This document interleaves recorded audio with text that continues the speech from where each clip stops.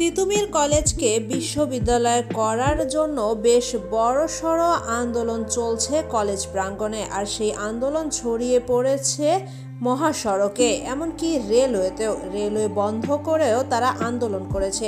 আর এ সময় তাদের আন্দোলন থামাতে বা তাদের সাথে কথা বলতে সেখানে উপস্থিত হয়েছিলেন সমন্বয়ক সার্জিস আলম এবং হাসানাত আব্দুল্লাহ।